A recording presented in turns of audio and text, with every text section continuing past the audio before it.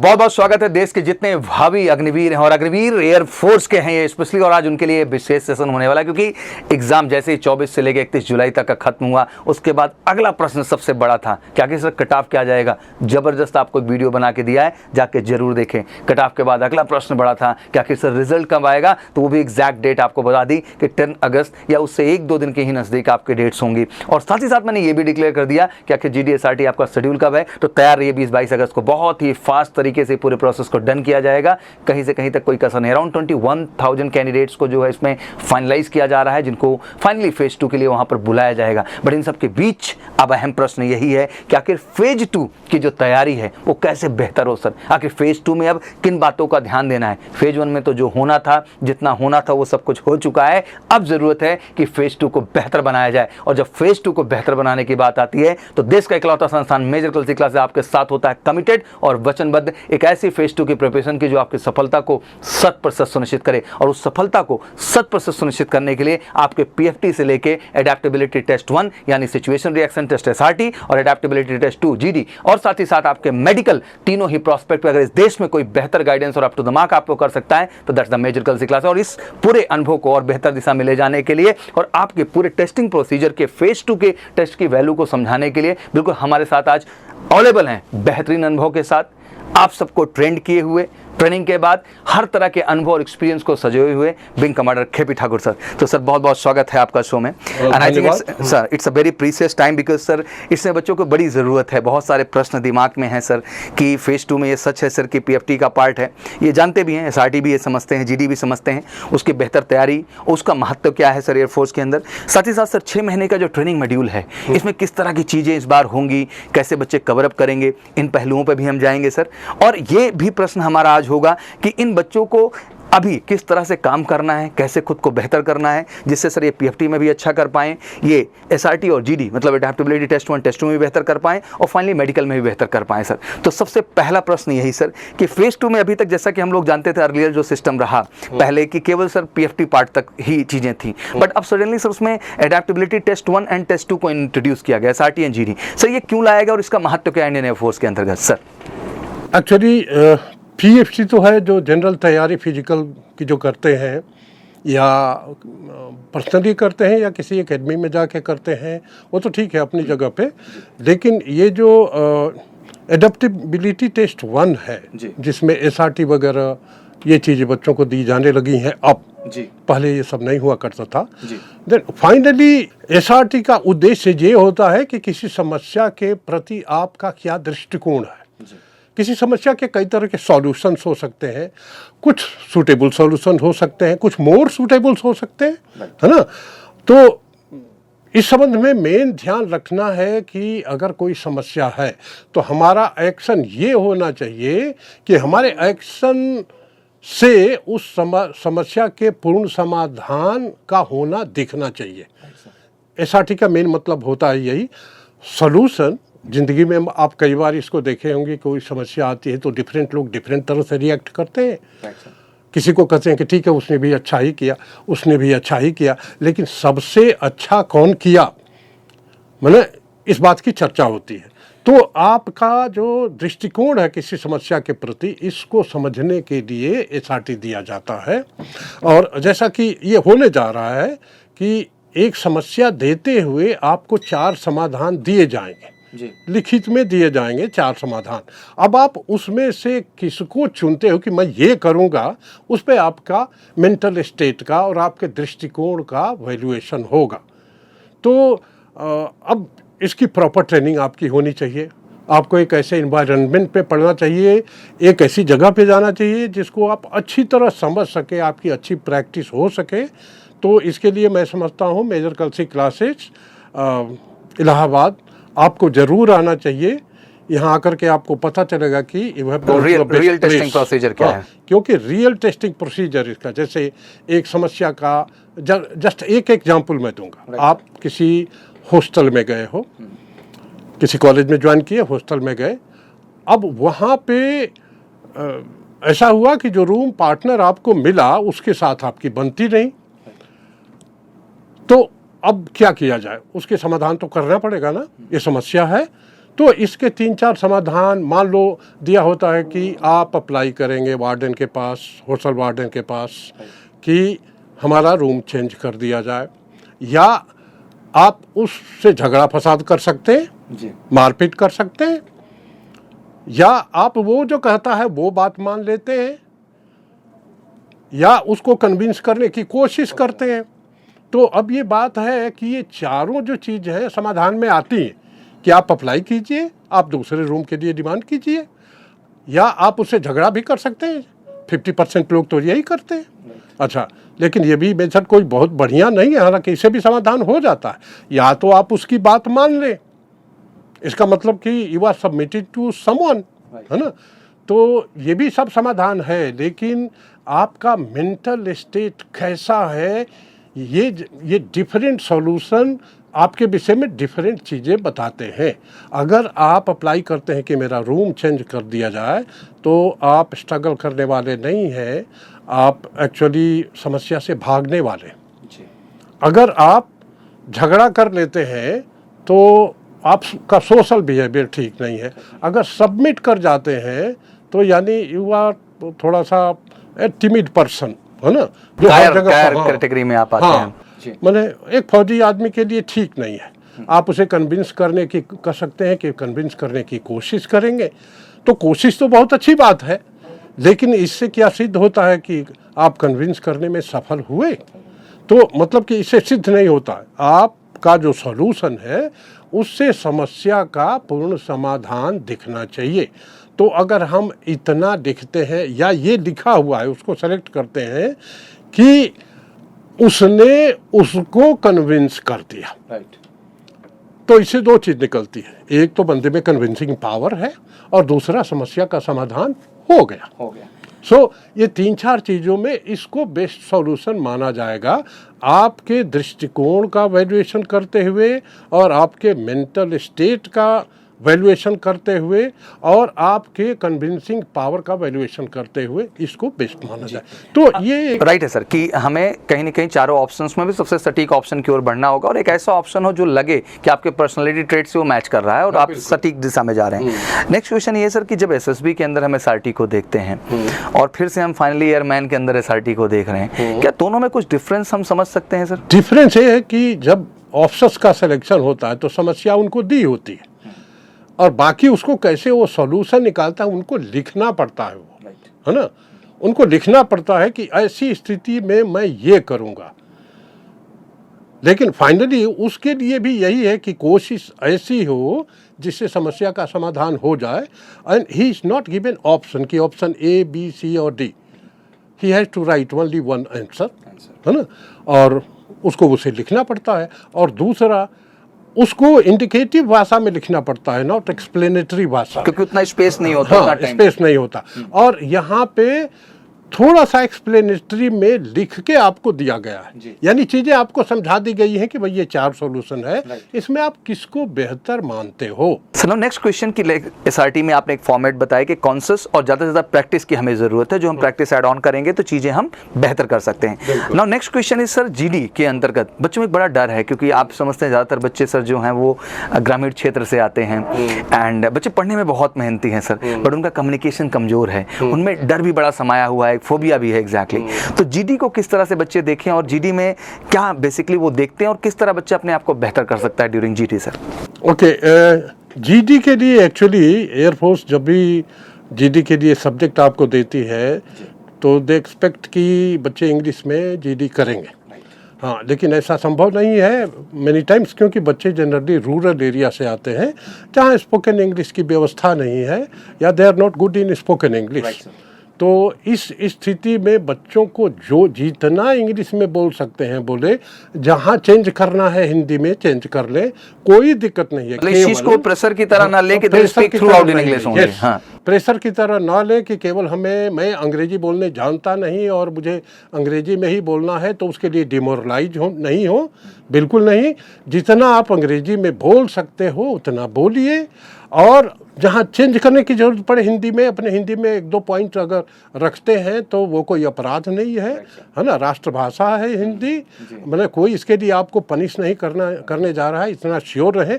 लेकिन कुछ पॉइंट्स हैं जो बच्चों को ध्यान में रखना है। जब जीडी करने जाते हैं, शॉर्ट टाइम इसके लिए मिलता है, जीडी के लिए जब जाते हैं तो पहली बात कि भाषा को भूल जाएं, जो बोल सकते हो बोलो जरूर, और कॉन्फिडेंस से बोलो, मुस्कुराते हुए बोलो, अपने जीडी को एंजॉय करो, टू द पॉइंट बोलने की कोशिश करो, ज़्यादा ड्रामाबाजी, ज़्यादा भूमिका बांधना ये नहीं करो, सिस्टमेटिक ढंग से उस सब्जेक्ट के अनुसार अपने पॉइंट रखो, दूसरों को भी स्पेस तो बोलने के लिए, जाम नहीं कर दो दूसरों को भी स्पेस दो, उनकी भी बातें सुनो, है ना, और अपनी भी बातें कहो। तो ये एक कहीं भी जैसे बातचीत आपस में करते हैं, दीदी क्या है, कुछ लोगों की आपस की बातचीत, तो ये कोई झगड़ा फसाद नहीं है, इसलिए इसमें थोड़ा सा हैप्पी मूड में रहें, एक दूसरे से आई कांटेक्ट रहें, कॉन्फिडेंट रहें।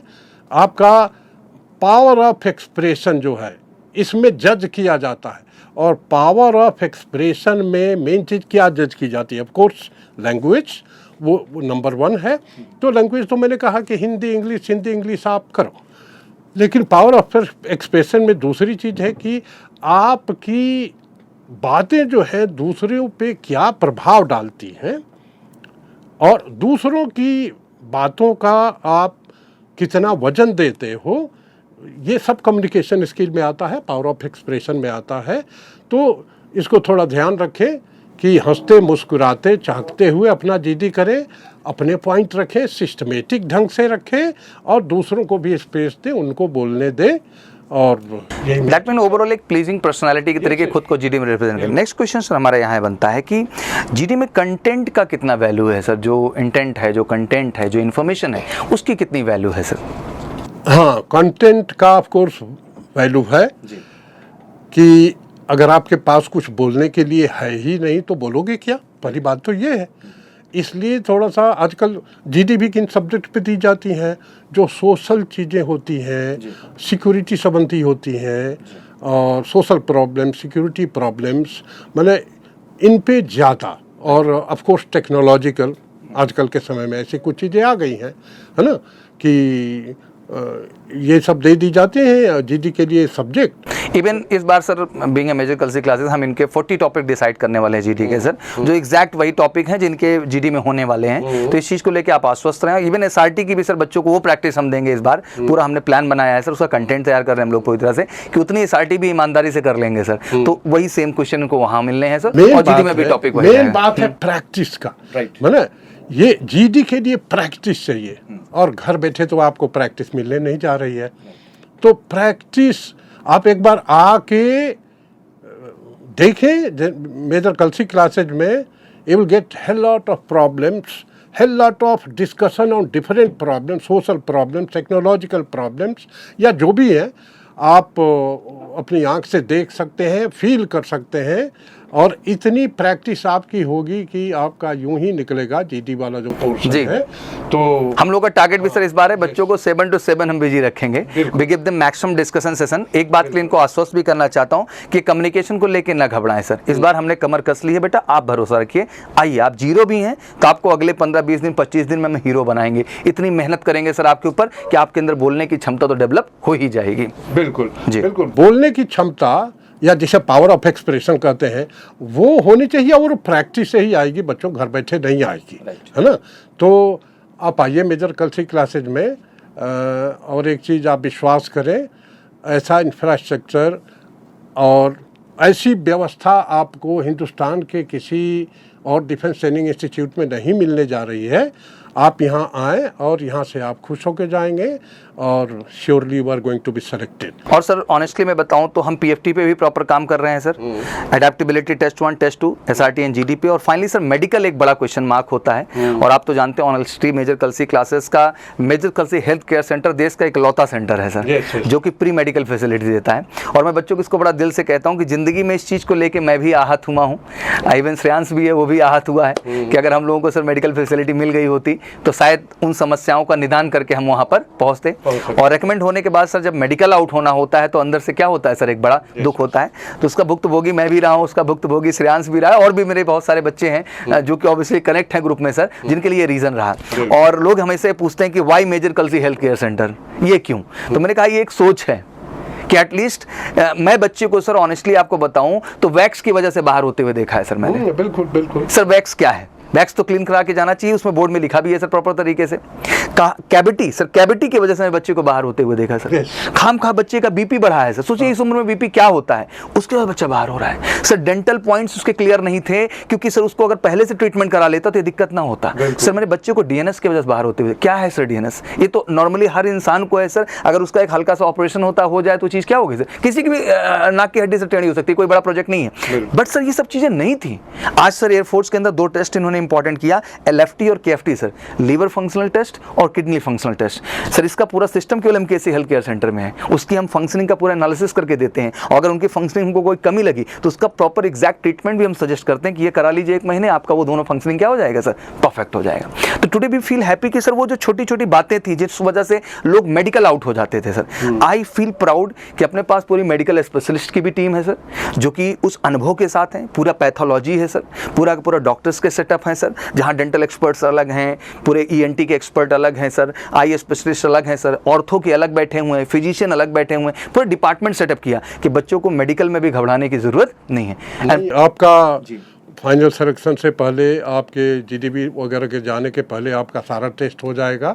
थोड़ी बहुत जो उसकी दवा वगैरह की आवश्यकता है, जो ट्रीटमेंट लेने की आवश्यकता है, वेल इन टाइम आप उसको कर सकते हैं। इसलिए आप अपने आप को डाउट में न रखें, आप आए यहाँ, इन सारी फैसिलिटीज़ का लाभ उठाएं और श्योर होकर जाए कि आपका फाइनल सिलेक्शन होगा। और बच्चों, दूसरी चीज़ ध्यान रखना, मैं बहुत लंबे समय तक एयरफोर्स में अफसर रहा हूँ। मेरे जैसे ही अफसर वहाँ आएंगे जो आपके परफॉर्मेंस को वहाँ मॉनिटर करेंगे। आपका GD हो, मेडिकल भी देखने के लिए मेडिकल अफसर ही आएगा, कोई एयरफोर्स अफसर ही आएगा, है ना। तो हमारे देखने का नज़रिया कुछ और होता है।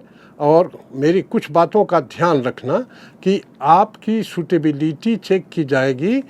अब ऐसा नहीं है कि आपकी अंग्रेजी चेक होने जा रही है, ध्यान में रखना, डिमोरलाइज मत होना, लेकिन फिर भी अपने परफॉर्मेंस को अच्छा रखने के लिए एक बार मेजर कल्सी क्लासेज जाओ और यहाँ से ट्रेनिंग लेके जाओ हर चीज़ की। यहाँ मेडिकली अपने को चेक करा के जाओ, जिससे आप श्योर हो सको अपने सिलेक्शन के लिए। Right sir, thank you so much sir for such a lovely discussion. आपने बहुत सारी बातें की, बहुत सारी बातें बताई, मुझे लगता है आपके लिए सीखने योग्य होगी। मैं यही फाइनली कहना चाहूँगा बेटा कि this is a very precious time. अगर आप कॉन्फिडेंट हैं तो रिजल्ट का इंतजार करना ठीक नहीं है। MKC में ज़बरदस्त बैचेस स्टार्ट हो चुकी हैं, ऑनलाइन भी स्टार्ट कर रहे हैं, ऑफलाइन भी स्टार्ट कर रहे हैं। दोनों ही प्लेटफॉर्म से आप जुड़िए, कोई दिक्कत की बात नहीं है। अभी आप ऑनलाइन जुड़ना चाहते हैं ऑनलाइन जुड़ जाएं, फिर आप ऑफलाइन में भी आ सकते हैं। लेकिन आप एक एक दिन अब इसमें इस्तेमाल करें अपना, एक एक दिन आपके लिए वैल्यूएबल है। और MKC जैसे रिकॉर्ड बनाता है, मैंने कहा ना कि रिटर्न कहीं भी किया हो, कैसे भी किया हो आपने, बट फाइनली फेज़ 2 के लिए तो एक ही डेस्टिनेशन है भारत में, वो है मेजर कल्सी क्लासेस, जो कि एक एक्सपर्ट ऑफिसर्स की टीम, एक्सपर्ट्स की team, real physical ground, real hospital, real मैं बोल रहा हूँ, वर्ड समझने की कोशिश करिएगा, रियल आपका GDSRT सेशन, क्योंकि स्पेशलाइजेशन हमारा रहा है हमेशा से ये, तो लाजमी सी बात है कि बेहतर हम ही कर सकते हैं। रिजल्ट लाना हम दोनों मिलकर लाएंगे और ऑब्वियसली सर का गाइडेंस और आशीर्वाद रहेगा और सभी ऑफिसर्स का रहेगा आशीर्वाद और गाइडेंस, तो मुझे लगता है कि हम सब बेहतर कर पाएंगे। मेरी तरफ से बहुत बहुत शुभकामनाएं। बिल्कुल फटाफट सीट बुक करने के लिए 9696330033 पर कॉल कर लीजिए या मुझे व्हाट्सअप भी कर सकते हैं 9696230033 पर, या वेबसाइट विजिट करें www.majorkalsiclasses.com और बिल्कुल कोर्स में जाकर के SRT GDSRT का सेशन आप वहाँ से ज्वाइन कर सकते हैं। तो अब एक एक दिन इंपॉर्टेंट है बेटा, इंतजार नहीं, अब एक्शन की ज़रूरत है और ये एक्शन होगा तो बिल्कुल आप बेहतर करेंगे। लास्ट मैसेज सर बच्चों के लिए कि फटाफट वहाँ और लग जाएं। बस बच्चों, आप जानते हो आपने कैसा लिखा है एग्ज़ाम में, आप अपने को जज कर सकते हो। अगर आप सोचते हो कि ये साहब पास करने जा रहे हो तो रिज़ल्ट का किस लिए इंतज़ार करना, क्योंकि रिज़ल्ट के बाद, रिटन के रिज़ल्ट के बाद आपके पास बहुत टाइम नहीं रहेगा। इसलिए रिज़ल्ट का इंतज़ार मत करो, बस इलाहाबाद आ जाइए, प्रॉपर ट्रेनिंग लीजिए। GD वगैरह की ट्रेनिंग बहुत बेहतरीन है, आपका मेडिकल वगैरह भी यहाँ हो जाएगा, है ना, और आपको प्रैक्टिस के लिए ग्राउंड भी मिलेगा यहाँ पे। सो आप अपनी सारी तैयारी अच्छी तरह से कर सकते हैं। आइए, and all the best from my side. और सर आपके साथ एक बात ऐड करना चाहूँगा कि हमारे यहाँ ट्रेनिंग बच्चों की सर दिन या ड्यूरेशन के लिए नहीं होती है। नहीं। इस एहसास की ट्रेनिंग हम कराते हैं जब आपके अंदर से आवाज़ आ जाए कि now sir I am ready to crack the phase 2, अब मैं तैयार हूँ फेज 2 में कमाल करने के लिए, तभी आपको हम यहाँ से जाने देंगे, उससे पहले जाने नहीं देंगे आपको, और कोई एक्स्ट्रा चार्जेस नहीं लगेंगे उसके लिए। और साथ साथ मैं ऐड कर देना चाहता हूँ बेटा कि this is the specialized place जहाँ आप बिल्कुल 24 घंटे फोकस्ड उस माहौल में रह सकते हैं जो एग्जैक्ट माहौल चाहिए इस पर्टिकुलर फेज 2 को क्रैक करने के लिए। वो माहौल आपको एमकेसी मिलेगा आपकी सफलता के लिए। तो बस एक कमिटमेंट करिए यार कि सर इस बार फोड़ना है किसी भी कीमत पे, और फोड़ना है तो एमकेसी और आप मिलके, हम सब मिलके फोड़ के रहेंगे इस बार आने वाले एग्जाम को। तो इंतजार नहीं, फटाफट स्वागत है आप सबका एमकेसी के कैंपस में रियल सफलता के लिए। Thank you so much, wish you all good luck and जय हिंद, जय भारत।